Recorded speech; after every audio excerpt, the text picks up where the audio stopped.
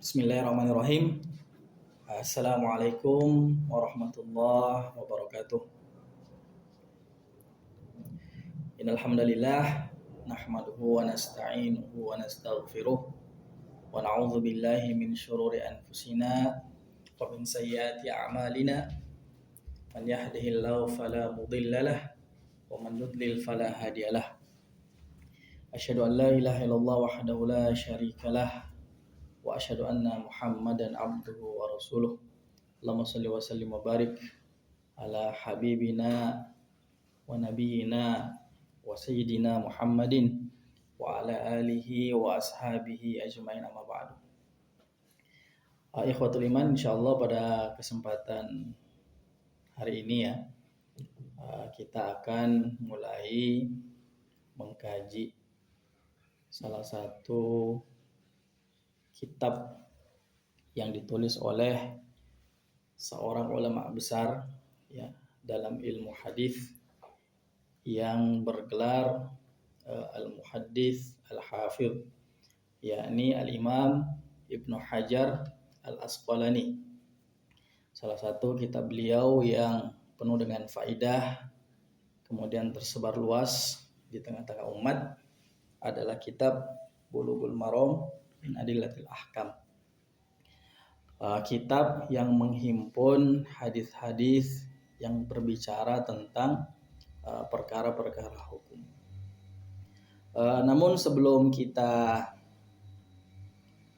masuk kepada kitab tersebut, membaca hadisnya, kemudian mempelajari syarahannya, maka tentunya terlebih dahulu kita perlu untuk mengenal ya sang musannif atau penyusun kitab Bulughul Maram ya.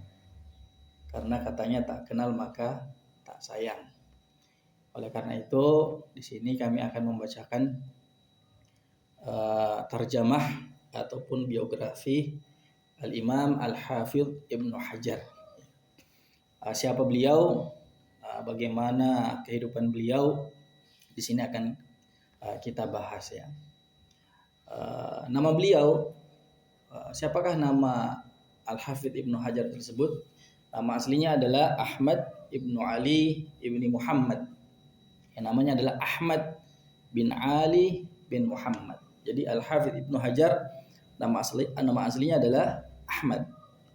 Namanya adalah Ahmad. Kunyahnya Abul Fadl ya. Beliau berkunyah dengan kunyah Abul Fadl Al-Kinani Asy-Syafi'i, yang madhabnya adalah madhab Syafi'i. Beliau seorang ulama besar dari kalangan madhab Syafi'i. Al-ma'rufu bibni Hajar Al-Asqalani, yang lebih dikenal dengan nama Ibnu Hajar Al-Asqalani. Kemudian beliau mendapatkan ya pujian dari para ulama ya, disebabkan karena kedudukan beliau yang agung, sehingga beliau disebut dengan hamilu liwa'is sunnah. Hamilu liwa'is sunnah artinya adalah pembawa panji sunnah Rasulullah sallallahu alaihi wasallam, pembela hadis Nabi sallallahu alaihi wasallam. Qadil Qudah ya, Qadil Qudah itu artinya hakim agung. Auhadul huffadhi warruwah ya, beliau adalah ya orang yang terkemuka ya, salah seorang imam terbesar ya di dalam hafalan dan periwayatan hadis. Nah, ini menunjukkan akan besarnya kedudukan Al-Imam Ibnu Hajar Al-Asqalani di kalangan atau di dalam pandangan para ulama kita. Kemudian beliau lahirnya di mana? Dikatakan bahwa beliau lahir di kota Mesir ya, pada bulan Sya'ban tahun 773. Ya, wulida bi Misra fi Sya'bana sanata 73 wa 700. Ya, beliau lahir di Mesir pada bulan Sya'ban tahun 773 Hijriah. Kalau sekarang berarti tahun 1448 Hijriah, kurang lebih hampir 700 tahun yang lalu ya. Inilah di antara berkah para ulama. Walaupun mereka hidup ratusan tahun yang lalu, tapi karya mereka masih bisa dirasakan manfaatnya oleh kaum muslimin sampai hari ini. Nah, ini disebut amal jariyah. Ya, amal jariyah, amal yang tetap bertumbuh walaupun orangnya telah meninggal dunia. Ya, wa bihana sya'a, ya beliau lahir kemudian hidup dan bertumbuh di negeri Mesir. Ya, lahir di negeri Mesir, bertumbuh menjadi seorang anak di negeri Mesir. Wa hafizul Qur'ana wal hawi wa mukhtasar Ibnul Hajib wa ghairuha. Nah, di antara tanda akan keutamaan Ibnu Hajar adalah ya beliau telah menghafal Quran ya ketika masih kecil. Wa hafizul Qur'an, beliau telah hafal Al-Quran ya ketika masih di Mesir, ketika masih kecil. Bahkan bukan itu saja, wal hawiyah, ya beliau juga menghafalkan kitab Al-Hawi As-Shaghir ya. Salah satu matan ringkas ya di dalam fikih Imam Syafi'i. Jadi tradisi ulama dahulu itu menghafal ketika masih kecil, bukan hanya hafal Quran, tapi juga menghafal hadis, juga menghafal matan-matan ilmu. Ya. Dikatakan juga wa mukhtasar Ibnul Hajib, ya beliau juga menghafalkan Mukhtasar Ibnul Hajib. Ya, salah satu kitab di dalam cabang ilmu usul fikih ya, mukhtasar dalam ilmu usul fikih. Masih kecil ya, udah menghafal usul fikih. Wa ghairuha ya, dan ilmu-ilmu atau kitab-kitab yang lain. Nah, ini ya beliau walaupun masih berusia muda, masih anak-anak, tapi sudah memiliki rutbah yang sedemikian tinggi disebabkan karena menghafalkan ilmu-ilmu ya berupa Al-Quran maupun matan-matan ilmu yang lain. Kemudian dikatakan wasafaru suhbata ahadi ausiyaihi ila Makkah al-Mukarramah. Kemudian setelah itu beliau melakukan safar, perjalanan bersama dengan salah seorang walinya menuju kota Makkah al-Mukarramah ya. Pusat peradaban Islam ya di Makkah al-Mukarramah. Fasami'a biha. Kemudian beliau mendengarkan ilmu ya di kota tersebut ya. Tsumma hubbiba ilaihil haditsu. Kemudian beliau dibuat cinta terhadap hadis Nabi sallallahu alaihi wasallam. Dan ini adalah nikmat Allah Subhanahu wa taala yang sangat besar. Ya, di antara tanda bahwa Allah mencintai seseorang, maka Allah akan membuka hati orang tersebut dan menanamkan kecintaan di dalam hatinya untuk mempelajari ilmu-ilmu Islam, ilmu-ilmu Allah Subhanahu wa taala. Sebagaimana yang disyaratkan di dalam hadis Nabi sallallahu alaihi wasallam, man yuridillahu bihi khairan yufaqihu fid din. Barang siapa yang Allah kehendaki kebaikan pada dirinya, maka Allah akan membuat dia paham terhadap agama. Fashtaghala bi talabihi min kibari syuyukhi fil biladil hijaziyah wasyamiyah wal misriyah. Maka beliau menyibukkan diri ya untuk menuntut ilmu hadis dari para guru-guru beliau ya, pembesar ulama ya di negeri Hijaz, negeri Syam dan negeri Mesir. Ini tempat beliau belajar ya. Di Hijaz, Makkah, Madinah, kemudian di Syam dan di Mesir. Ya, walaupun beliau lahirnya di Mesir dan merupakan orang asli Mesir, tapi beliau adalah yang melakukan perjalanan untuk menuntut ilmu di banyak tempat. Ya, di antara gurunya yang paling penting ada siapa? Wala siyama al-Hafidz al-Iraqi. Ya, di antara gurunya yang paling utama adalah Imam Al-Hafidz al-Iraqi, seorang imam besar dalam ilmu hadis. Wa tafaqqaha bil Bulqini ya wa Ibnul Mulaqqin wa ghairihima. Beliau juga menuntut ilmu fikih kepada Imam Al-Bulqini dan Imam Ibnul Mulaqqin dan selain dari keduanya. Wa adhinu lahu bit tadris wal iftah. Kemudian mereka para gurunya ini, para ulama-ulama besar tersebut memberikan izin kepada beliau untuk melakukan pengajaran dan memberikan fatwa. Itu para ulama ya. Mereka menyibukkan diri dengan menuntut ilmu dari para a'immah. Dan bukan itu saja, di sini juga diceritakan perjalanan beliau menuntut ilmu ya, dan luar biasa ya, ada banyak cabang ilmu yang beliau pelajari dan beliau kuasai dan beliau ambil ilmunya dari para ulama besar di bidang ilmu tersebut. Dikatakan wa akhadhal aslaini wa ghairuhuma 'anil Izz ibni Jama'ah. Beliau mengambil atau belajar ilmu dua usul, maksudnya usuluddin dan usul fikih, dan selain dari kedua usul tersebut dari gurunya bernama Al-Izz ibnu Jama'ah. Wal lughata 'anil Majdi Al-Fairuz Abadi, sahibul qamus ya. Kemudian juga beliau belajar ilmu bahasa Arab dari Majduddin Al-Fairuz Abadi. Wal Arabiyyata 'anil Ma'mari. Beliau juga mengambil ilmu tata bahasa Arab dari Imam Ma'mari ya. Wal adaba wal arud 'anil Badri Al-Bustaki. Ya, beliau mengambil ilmu adab, ilmu sastra ini maksudnya ya. Bukan ilmu akhlak ya. Ilmu adab salah satu cabang ilmu di dalam ilmu bahasa Arab.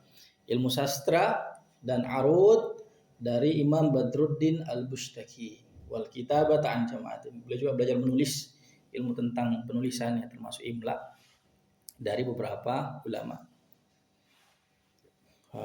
Bahkan bukan itu saja, dikatakan juga beliau ini belajar qiraah sab'ah ya, seorang hadis yang juga mempelajari qiraah sab'ah. Wa qara'a ba'dul Qur'ani bis sab'i 'ala tanuhi. Beliau membaca sebagian Al-Qur'an ya dengan menggunakan qiraat sab'ah kepada Imam At-Tanuhi ya.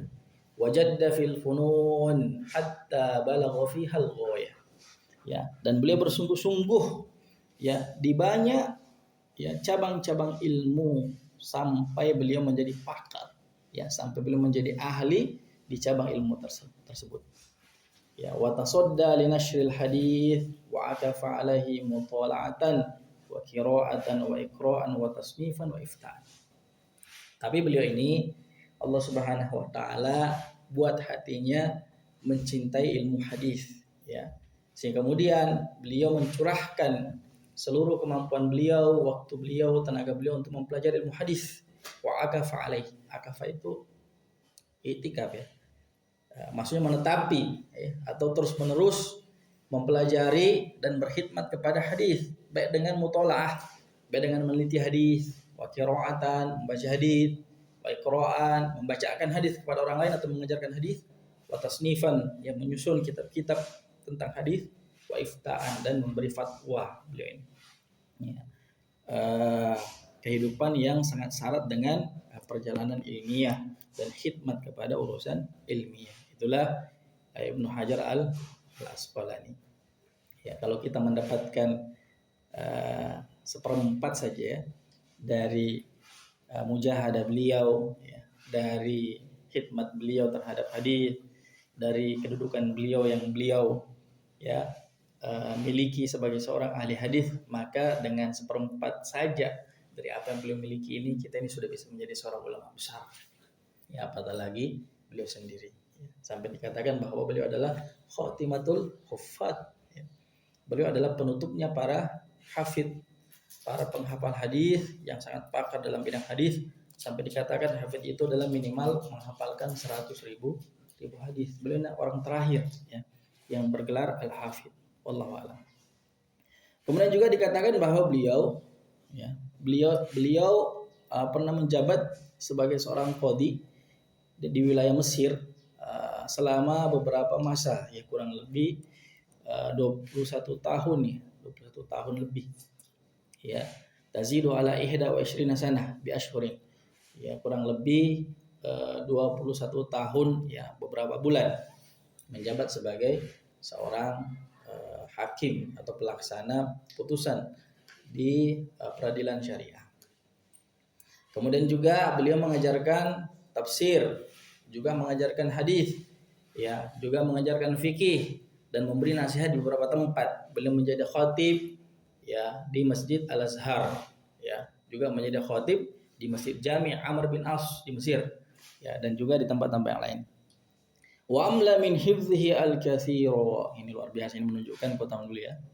Beliau mengimla ya, mendiktekan banyak hadis ya, min hifzihi, dari hafalan beliau. Wajar ya, karena seorang al-hafid hafal banyak hadis, maka beliau seringkali mengimlakan Ya, hadis-hadis tersebut berdasarkan hafalan beliau. Beliau mendiktekan sebuah hadis atau banyak hadis dengan menggunakan hafalan semata, ya tanpa melihat kitab. Nah, itu menunjukkan akan kekuatan hafalan beliau. Ya, sampai-sampai disebutkan walaqad tawafada ilaihil fudhala'u wa ru'usul ulama'i liyaktarifu min faidihi wa yarwu min ilmihi. Ya, para tokoh terkemuka, kemudian para pembesar ulama, para pemimpin ulama itu datang kepada beliau untuk mengambil ilmu beliau dan mendapatkan manfaat dari banyaknya ilmu yang beliau miliki. Ya, liyaktarifu itu artinya menciduk, ya, menciduk. Iktiraf. Jadi kalau dalam bab wudhu itu ada yang disebut iktiraf. Mereka iktiraf menciduk min faidihi. Faid itu artinya air yang melimpah-limpah. Ya. Kemudian wayarwu itu artinya hilang dahaga. Jadi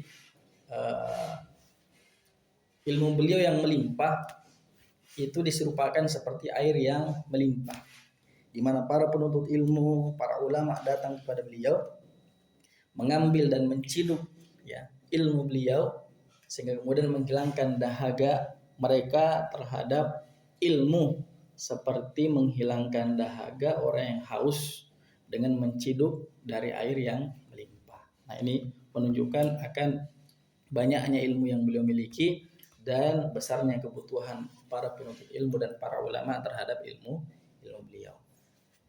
Di antara bukti yang lain akan luasnya ilmu Imam Ibnu Hajar adalah banyaknya karya ilmiah yang beliau hasilkan. Ya. Jadi di antara ciri dalamnya ilmu seorang ulama itu adalah mereka menghasilkan karya tulis. Ya, karya tulis. Ya, dikatakan bahwa karya tulisnya Imam Ibnu Hajar itu sangat banyak. Ya. Jumlahnya sampai 150 karya tulis, ya, 150. Kita ini nulis satu buku aja tidak kelar-kelar seumur hidup gitu ya. Ya, kita nulis buku satu itu tidak kelar-kelar seumur hidup. Beliau itu memiliki karya tulis, ya, sampai 150 karya tulis, dan luar biasanya karya tulis beliau bukan hanya menjadi sebuah buku atau karya tulis, tapi juga menjadi kurikulum, ya, yang banyak dipelajari bagi para penuntut ilmu. Dikatakan waqad balagat tasonifuhu mi'atan wa khamsin. Enggak bisa. Ya. Karya tulis beliau itu jumlahnya sampai 150 buah. Banyak sekali, ya. 150 buah. Saya itu kadang-kadang mengukur diri, ya, mengapa sulit untuk meremehkan ulama itu. Kenapa kita sulit meremehkan ulama itu? Karena kita ini jangankan menulis, membaca satu tulisan ulama saja sampai tuntas itu susahnya bukan main, ya. Bagaimana lagi, ya, besarnya mujahadah yang dicurahkan oleh para ulama untuk menghasilkan sebuah karya. Kita ini membaca karya saja susah, ya, apalagi membuat karya sendiri. Nah, mungkin level kita ini adalah level membaca karya ulama. Paling tidak kalaupun tidak bisa nulis, kita banyak-banyak membaca karya para ulama kita, karena ya di dalam karya para ulama kita terkandung banyak faedah yang luar biasa. Ya, makanya saya juga model kajiannya itu lebih banyak membaca karya ulama, ya. Ya, membaca teks kitab mereka, ya, kemudian mengartikan dan memberikan sedikit penjelasan terhadap hal tersebut. Mengapa? Karena dengan begitu kita lebih terpelihara terhadap pemahaman yang benar berdasarkan penjelasan para ulama kita. Wa qalla an tajida fannan min fununil hadis illa lahu muallafatun hafilatun fih. Ya. Hampir, ya, atau sedikit sekali atau hampir tidak ada, ya. Hampir tidak ada satu cabang ilmu pun, ya, dari cabang-cabang ilmu hadis kecuali engkau akan menjumpai, ya, karya beliau, ya, yang bernilai di cabang ilmu tersebut. Ya, beliau punya banyak karya ilmu dan di antara karya-karya beliau yang paling berharga itu adalah karya-karya atau buku-buku atau kitab-kitab yang ditulis yang berbicara atau menjelaskan tentang cabang ilmu hadis. Nanti disebutkan di sini banyak kitabnya. Kemudian karya-karya beliau ini intasyarat hadhihi tasanifu fi hayati. Ya, karya-karyanya itu sudah tersebar luas sejak ketika beliau masih hidup beliau ya masih mengajar, dan karya beliau sudah tersebar luas di tengah-tengah umat ya. Dan ini wa tahadaha al muluk wal umaro ya. Bahkan karya-karya beliau itu wa tahadaha al muluk wal umaro, karya beliau itu dijadikan sebagai objek ya untuk saling memberi hadiah yang dilakukan oleh para raja dan para penguasa. Jadi ini juga luar biasa ya. Para ulama atau para penguasa atau para raja terdahulu itu memiliki perhatian yang tinggi terhadap syariat, perhatian yang tinggi terhadap ilmu-ilmu Islam, memulakan para ulama. Nah di sini ini buktinya ya, mereka para ulama itu, mereka para penguasa tersebut ya, para raja ya, al-muluk wal umaro, para raja dan para penguasa, mereka menjadikan kitab-kitab ulama itu sebagai seserahan ya, seserahan untuk saling memberi hadiah ya. Raja ini memberikan hadiah kepada orang yang dia inginkan, atau penguasa ini memberikan hadiah kepada orang yang dia muliakan dengan menggunakan kitabnya para ulama. Jadi kitabnya ulama dulu itu jadikan sebagai hadiah oleh para raja dan para penguasa. Nah, ini menunjukkan keterikatan pemerintah terdahulu terhadap Islam dan ulama. Sesuatu yang sudah langka ya hari ini, sesuatu yang sangat langka, di mana ya justru banyak penguasa hari ini jauh dari ulama, jauh dari syariat Islam, jauh dari ilmu-ilmu Islam. Ini salah satu musibah yang menimpa kaum muslimin. Penguasa mereka tidak lagi memuliakan ulama dan juga tidak lagi memuliakan karya-karya para ulama kita. Kemudian dikatakan wa min tilkal muallafat, di antara karya tulis Imam Ibnu Hajar itu adalah Al-Isabah fi Asma'is Sahabah. Ya, namanya Isabah, Al-Isabah fi Asma'is Sahabah. Ini nama kitabnya ya.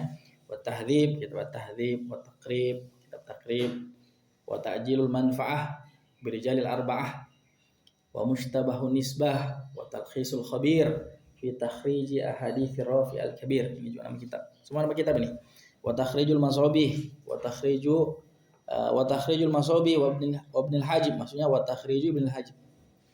Wa Takhrijul Kasyaf, wa Ithaful Mahara, wal Muqaddimah, wa Badul Ma'un, wa Nukhbatul Fikar, wa Syarhuha. Ini kitab di dalam ilmu mustalah hadis ya. Ini terkenal. Ya sering dikaji ya ketika mempelajari mustalah hadis. Wal Khisalul Mufakkirah, wal Qaulul Musaddadu fi dzabbi an Musnadil Imam Ahmad, wa Bulughul Maram. Ini yang kita akan bahas nanti ya. Kita Bulughul Maram min Adillatil Ahkam. Kemudian wa Diwanu Khutabihi, wa diwanu syi'arihi, wa mukhlisu ma yuqalu fi subahi wal masa, wa durarul kaminah fi a'yanil mi'ati tsaminah, wa ghairu dzalika min kutubil qayyimah. Itu kitab-kitab beliau ada banyak. Ya, ada 150 kitab, tapi di sini disebutkan yang masyhur ya. Yang masyhur ataupun yang sudah dikenali ataupun banyak beredar atau banyak dipelajari. Ya. Dan masterpiece-nya beliau atau karya terbesar Imam Ibnu Hajar itu adalah Fathul Bari Syarah Sahih Bukhari. Ya, masterpiece-nya beliau atau karya monumental beliau adalah kitab Fathul Bari, syarah dari kitab Sahih Bukhari. Ya. Dan disebutkan bahwa seandainya beliau tidak mengarang kitab selain kitab Fathul Bari, maka itu sudah menunjukkan akan mulianya beliau, kebesaran nama beliau, dan menunjukkan akan keagungan kedudukan beliau ya. Kenapa? Ya, karena kitab ini oleh para ulama itu diakui sebagai Qamusus Sunnah. Fa inna hadzal kitab bihaqqin huwa Qamusus Sunnah. Ya, kitab Fathul Bari itu dinobatkan oleh para ulama sebagai Qamusus Sunnah. Ya, kamusnya sunnah. Ya, ensiklopedia sunnah. Itu merupakan pujian ya akan besarnya nilai karya beliau yang disebut dengan Fathul Bari. Dan kitab ini banyak beredar ya, banyak dicetak, banyak dipelajari, juga sudah diterjemahkan dalam bahasa Indonesia. Fathul Bari itu. Tapi bahasanya susah tuh Fathul Bari itu. Ya, bahasanya susah. Beliau memulai karya beliau Fathul Bari itu di awal tahun 817 Hijriah. 817 Hijriah beliau mulai menulis kitabnya Fathul Bari. Ya. Setelah sebelumnya beliau menyempurnakan muqaddimah dari kitab Fathul Bari ini pada tahun 813 Hijriah. Ya, 813 Hijriah itu sudah rampung muqaddimahnya. Baru kemudian dilanjutkan penulisan kitab Fathul Bari pada tahun 817 Hijriah. Kemudian beliau menyelesaikan penulisan kitab Fathul Barinya itu pada bulan Rajab, di awal bulan Rajab ya. Tanggal 1 Rajab pada tahun isnataini wa arba'ina wa thamanimiatin, tahun 842 Hijriah. Itu berapa tahun itu ya? Nah, kalau dihitung-hitung dari 817 sampai 842, maka Imam Ibnu Hajar merampungkan penulisan kitab Fathul Bari itu selama ini kurang lebih 25 tahun ya. Ya 25 tahun. Ya, lebih dari 20 tahun. Ya, 842 dikurang 817 itu kurang lebih 25 tahun. Ya, beliau menuliskan kitabnya itu 25 tahun. Ya, luar biasa kayak istiqomah beliau menulis sedikit demi sedikit, lembaran demi lembaran, jilid demi jilid, kemudian rampung menjadi sebuah syarah kitab Fathul Bari yang dianggap sebagai hutang atas umat ini yang telah terbayarkan. Dulu orang itu, para ulama kita menyangka bahwa Sahih Bukhari ini, syarah Sahih Bukhari adalah hutang yang Allah bebankan terhadap para ulama, dan hutang ini tidak dianggap terbayar sampai ada ulama yang menulis syarah atas kitab Fathul Bari tersebut dan karya syarah atas Sahih Bukhari tersebut.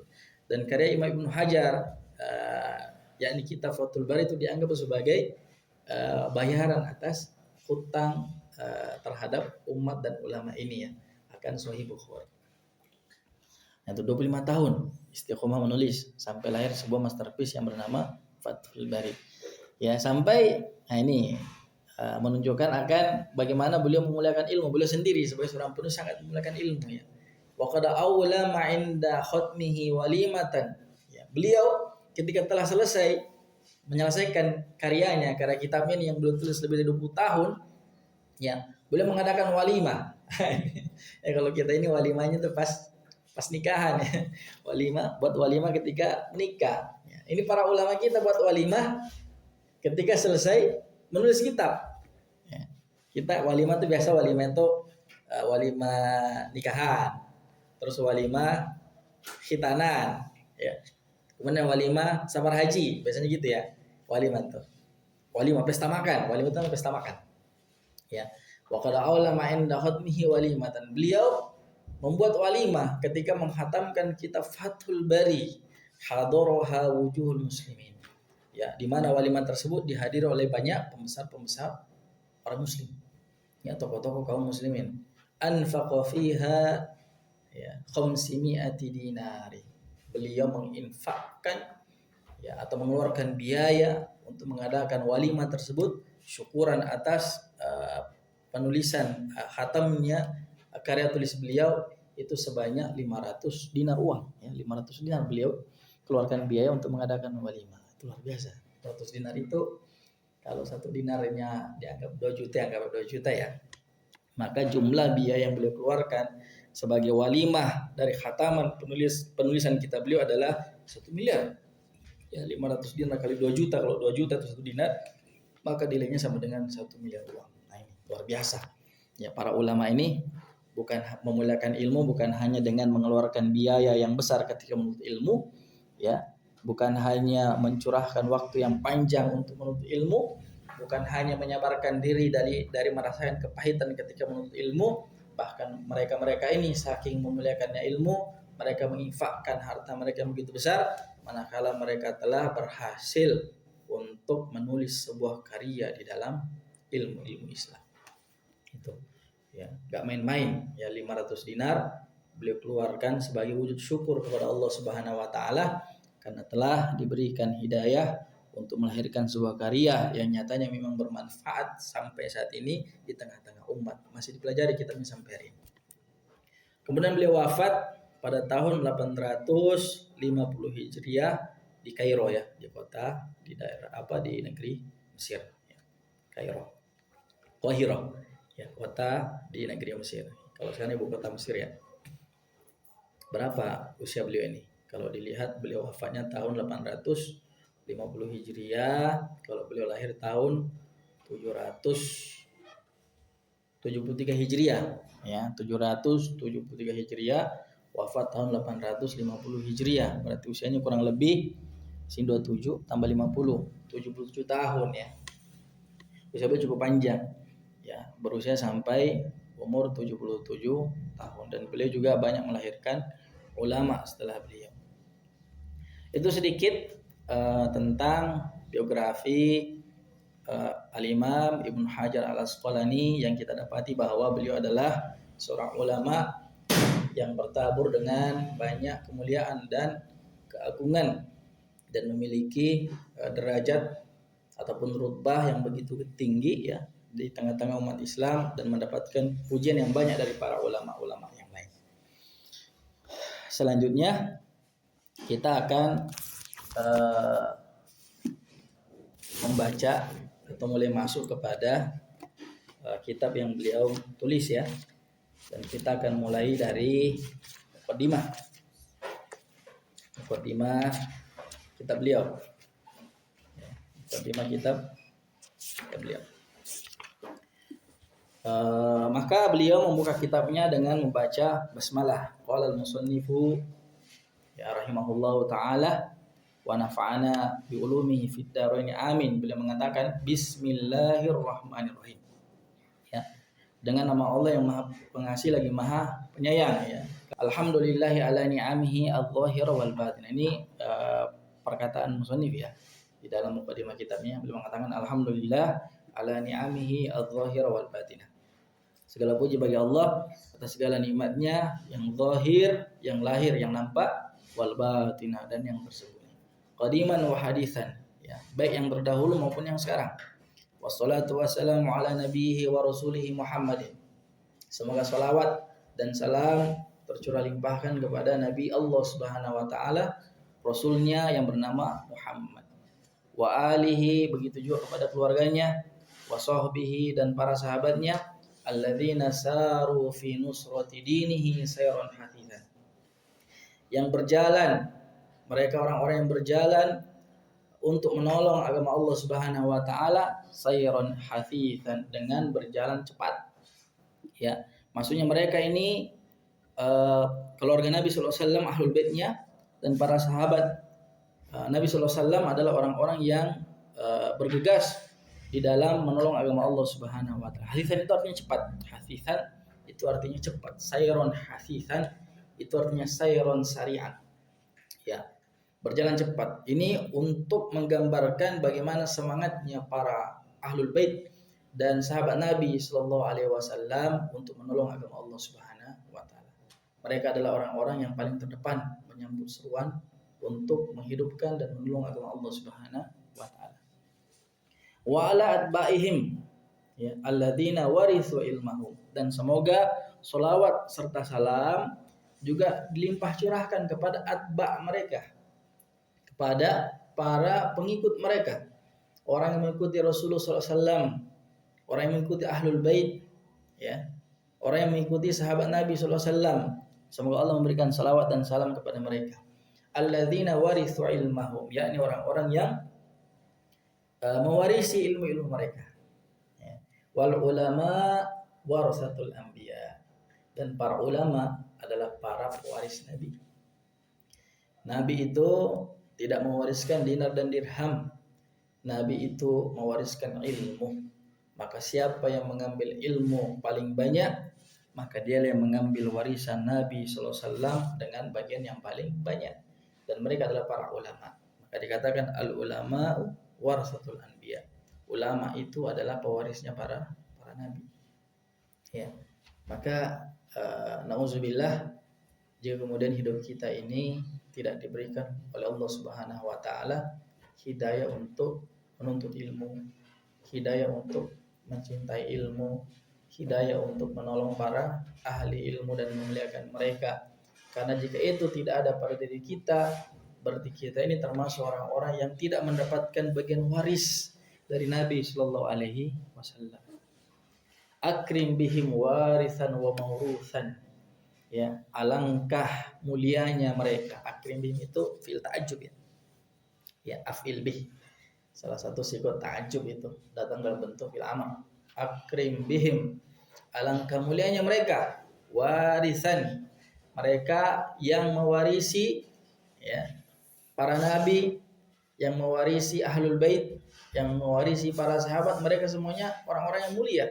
Wa murusan, dan alangkah mulianya mereka orang-orang yang diwarisi, yakni Nabi SAW, ahlul bait beliau dan sahabat-sahabat beliau. Kemudian beliau mengatakan amma ba'du, adapun setelah itu ba'du, takdirnya itu amma ba'dal basmalah walhamdalah wassalati wassalami. Kemudian mudhaf ilaihnya dibuang tapi masih diniatkan. Kemudian sorof ba'danya dimabnikan dengan dhammah menjadi amma ba'du. Amma ba'du itu takdirnya amma ba'dal basmalati walhamdalati wassalati wassalami. Kemudian setelah lafaz ba'du, ba'da itu dibuang, mudhaf ilaihnya dibuang. Kemudian dimabnikan dengan dhamma menjadi amma ba'du. Ada juga mengatakan amma ba'du maknanya amma ba'da ma taqaddam. Kemudian dibuang ma taqaddamanya menjadi amma ba'du. Wallahu a'lam. Lanjut, beliau mengatakan fahadha mukhtasarun. Ini adalah kitab mukhtasar. Kitab mukhtasar kita ringkas, ya. Mukhtasar itu kita ringkas, ya. Ma qalla lafzuhu wa kathura ma'nahu. Itu makna mukhtasar itu. Ma qalla lafzuhu wa kathura ma'nahu. Sesuatu yang lafadznya sedikit tapi maknanya banyak. Itu biasanya disebutkan untuk menyebut matan ya, matan mukhtasar. Tapi mukhtasar di sini maksud beliau adalah ringkasan dari hadis-hadis yang sedemikian banyak yang beliau saring, kemudian beliau kumpulkan dalam satu kitab, dan beliau khususkan mukhtasar tersebut berbicara tentang hadis-hadis hukum.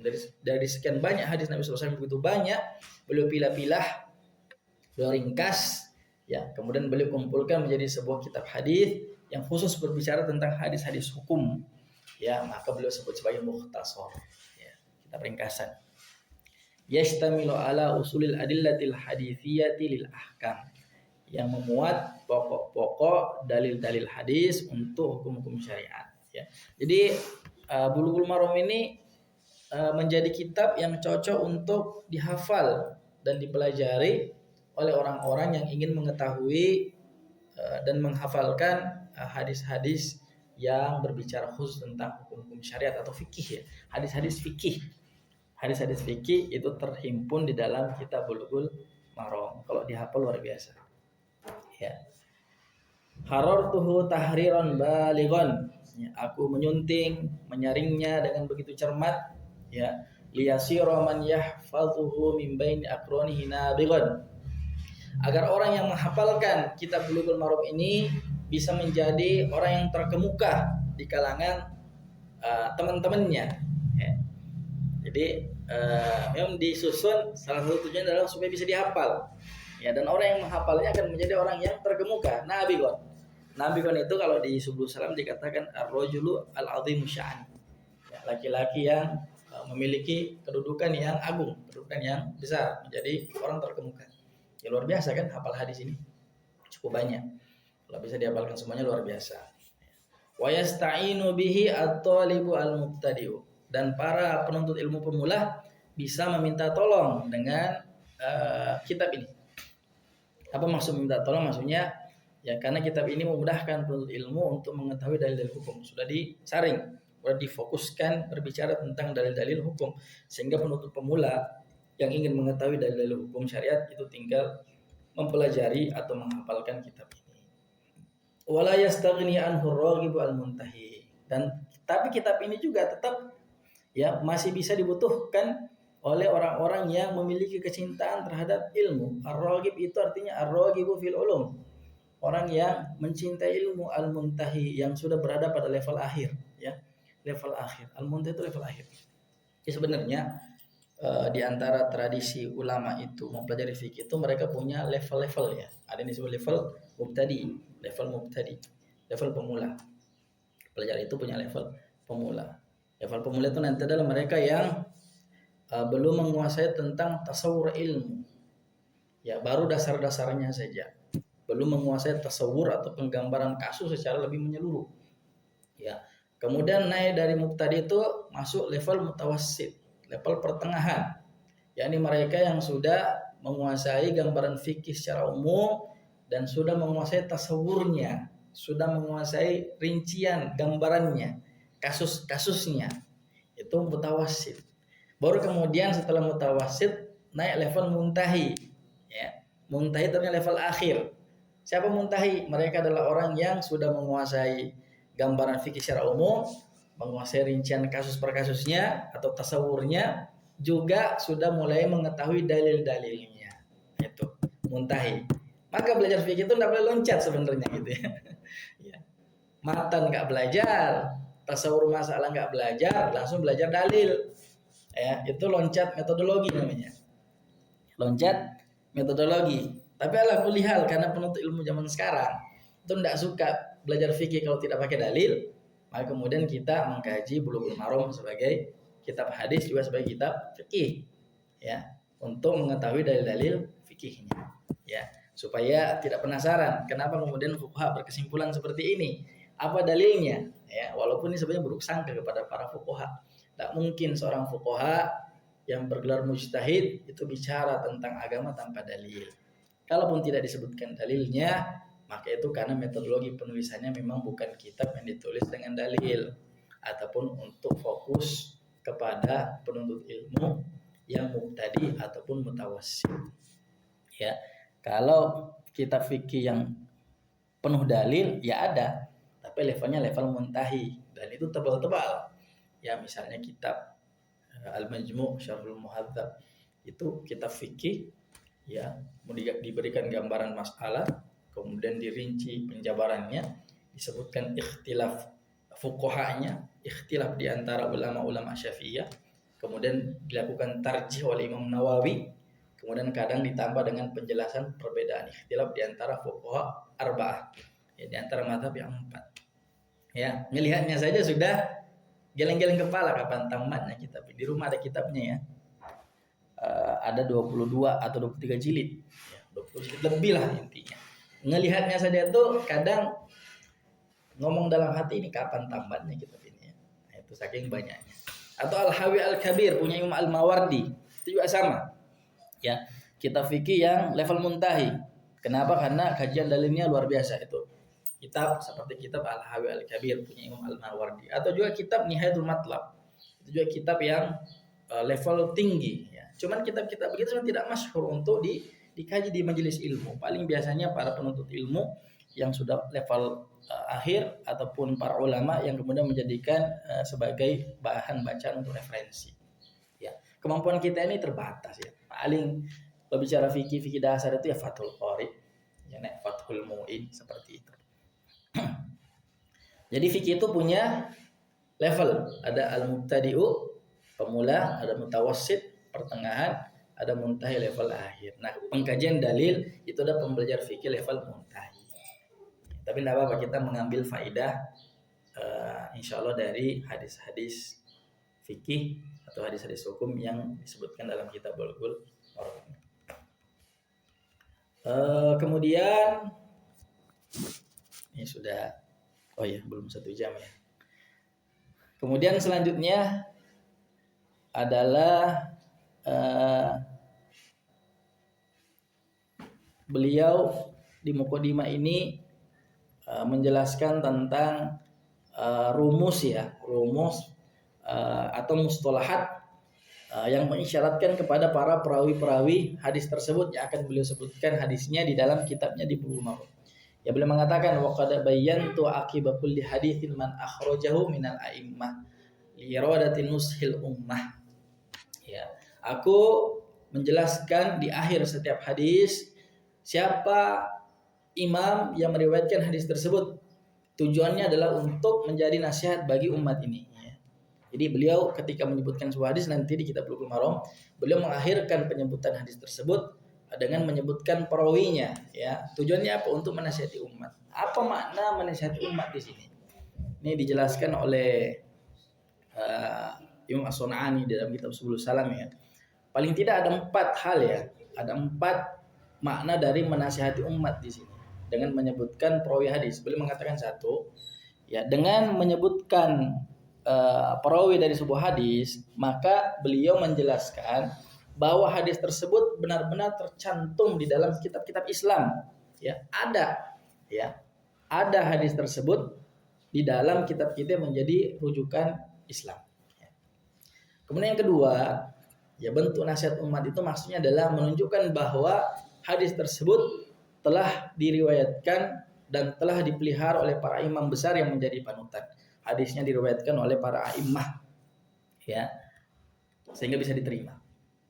Kemudian yang ketiga, menunjukkan bahwa hadis tersebut mungkin memiliki banyak jalur periwayatan, bukan hanya satu, ya, sekaligus menjelaskan penilaian para ulama terhadapnya, apakah hadis itu dinilai sahih ataukah hasan, atau hadis itu memiliki illat atau cacat.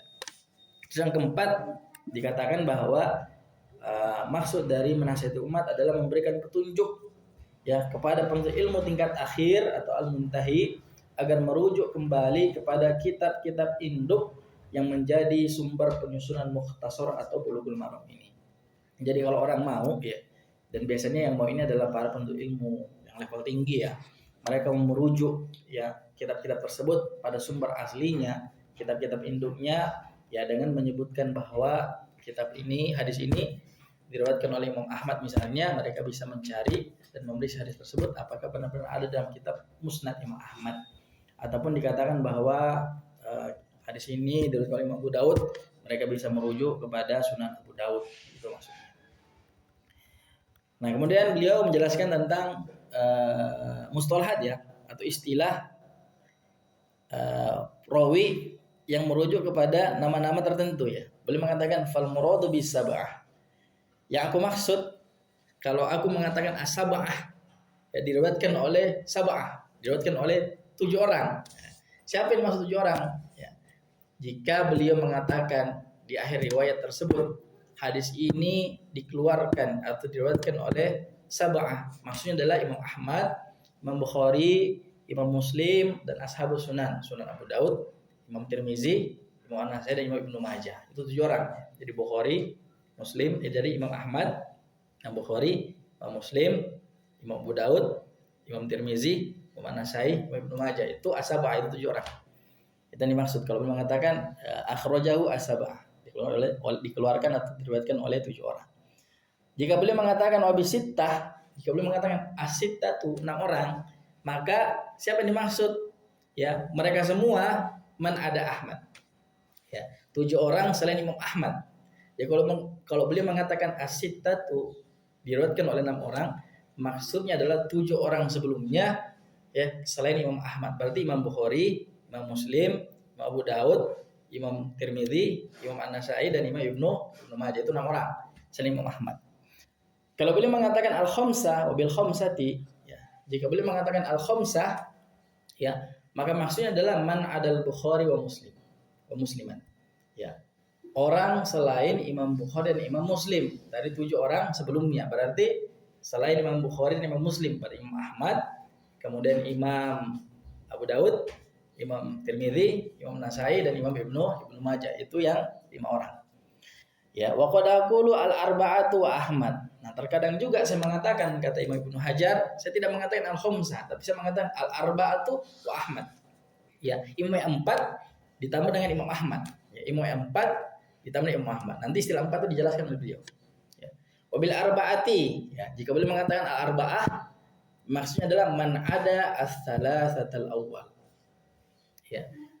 Kalau saya mengatakan 4, maka maksudnya adalah 4 orang selain 3 orang pertama. Berarti selain Imam Ahmad, selain Imam Bukhari, selain Imam Muslim. Ya, mereka adalah Abu Daud, Tirmizi, An-Nasai dan Ibnu Majah, atau disebut ashabus sunan, para pemilik kitab sunan. Sunan Abu Daud, Sunan Tirmidzi, Sunan Ibnu Majah, Sunan An-Nasai, dan Sunan Ibnu Majah, 4 orang. Itu disebut al-arba'ah.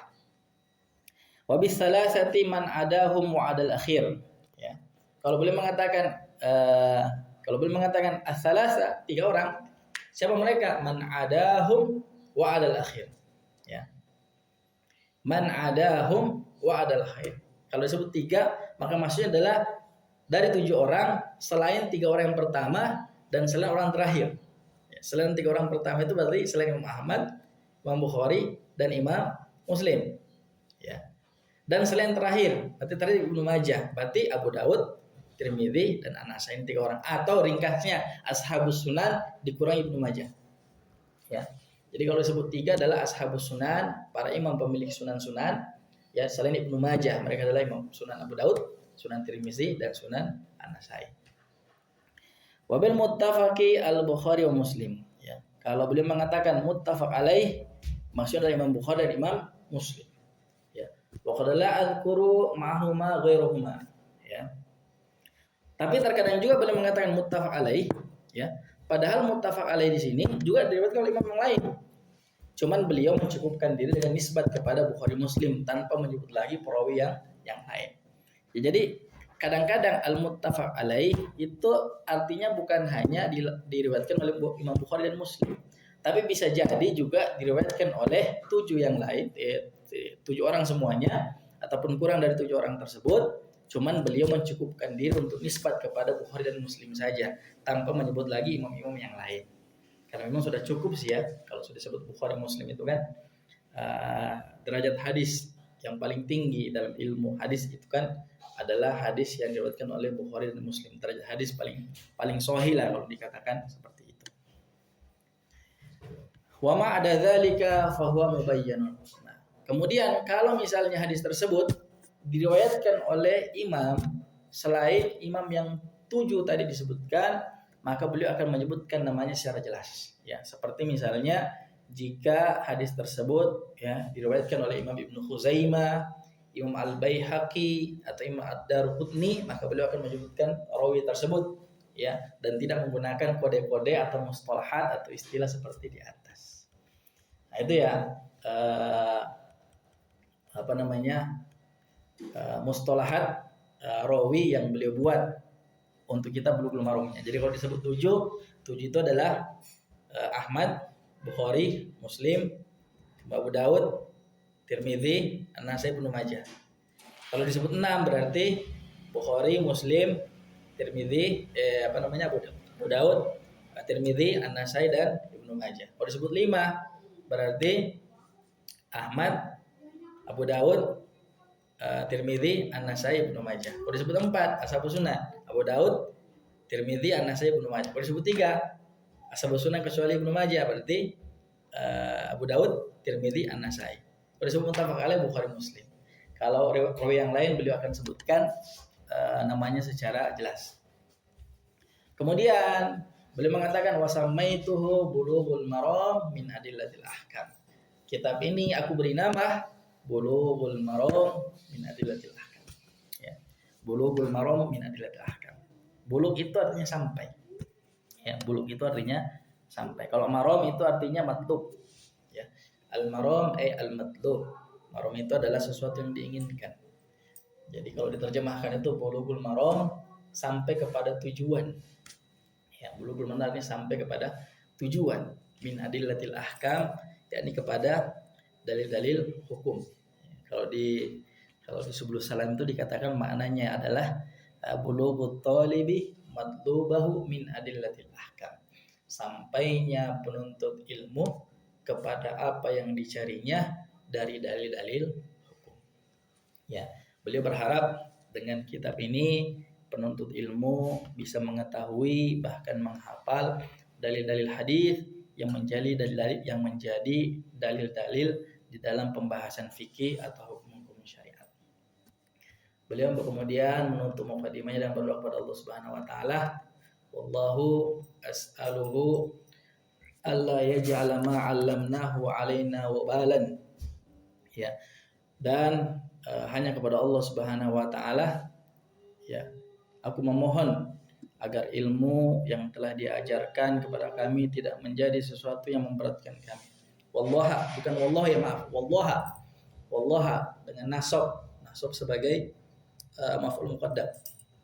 Ya, tujuannya adalah al-hasr. Jadi kalau dalam kaidah itu dikatakan takdimul ma'muli yufidul hasr. Mendahulukan ma'mul itu menunjukkan hasar pembatasan, maka diterjemahkan hanyalah. Wallaha, dan hanya kepada Allah, as'aluhu, aku memohon, alla yaj'ala ma 'allamnahu, agar ia tidak menjadikan apa yang Allah ajarkan kepada kami, ya, alaina wabalan, apa yang Allah ajarkan kepada kami wabalan, sesuatu yang memberatkan kami. Auzubillah. Ya, berhubungan ilmu menjadi amal jariah kita, bukan menjadi asbab kita mendapatkan hisab yang berat di hadapan Allah Subhanahu wa taala. Wa an yarzuqana al-amala bima yurdihi subhanahu wa ta'ala, dan semoga Allah Subhanahu wa ta'ala memberikan rezeki kepada kami, menganugerahkan kepada kami amal untuk melakukan sesuatu yang Allah ridhoi, Allah Subhanahu wa ta'ala, Allah yang maha suci lagi maha tinggi. Intaha. Selesai. Ya, selesai apa yang bisa kita bahas pada pertemuan kali ini, yang membahas tentang biografi atau terjemah Al-Imam Al-Hafidh Ibnu Hajar Al-Asqalani, dan juga membacakan apa yang menjadi muqaddimah beliau di dalam kitabnya Bulughul Maram min Adillatil Ahkam. Dan insyaallah pada pertemuan berikutnya kita akan membaca hadis pertama, ya, dari kitab Thaharah, ya, Babul Miyah, dari kitab Bulughul Maram ini. Berikut juga membaca penjelasan para ulama terkait hadis-hadis tersebut. Jadi dalam kajian Bulughul Maram ini insyaallah rujukan yang kami jadikan sebagai rujukan untuk syarahan hadis tersebut adalah kitab Subulus Salam, ya, kitab Subulus Salam, ya, yang ditulis oleh Imam As-Sun'ani. Kemudian juga kitab Fiqh Bulughil Maram, ya, yang ditulis oleh Profesor Dr. Muhammad Az-Zuhaili. Kalau beliau ini masih hidup, ya, masih hidup. Ada kitabnya, kitab PDF-nya saya punya di rumah, ya. Insyaallah juga merupakan syarahan yang bagus. Mengapa? Karena Fiqh Bulughil Maram yang ditulis oleh Profesor Dr. Muhammad Az-Zuhaili itu fokus mensyarahi Bulughul Maram berdasarkan pendapat yang muktamad, ya, di dalam mazhab Imam Syafi'i. Ya, karena beliau menyatakan bahwa Al-Hafidh Al-Imam Ibnu Hajar Al-Asqalani adalah seorang ulama Syafi'iyah, ya, maka kemudian beliau juga berupaya untuk melakukan syarahan terhadap kitab beliau berdasarkan pendapat fikih yang sudah menjadi pendapat muktamad atau pendapat resmi di dalam mazhabnya Imam Syafi'i.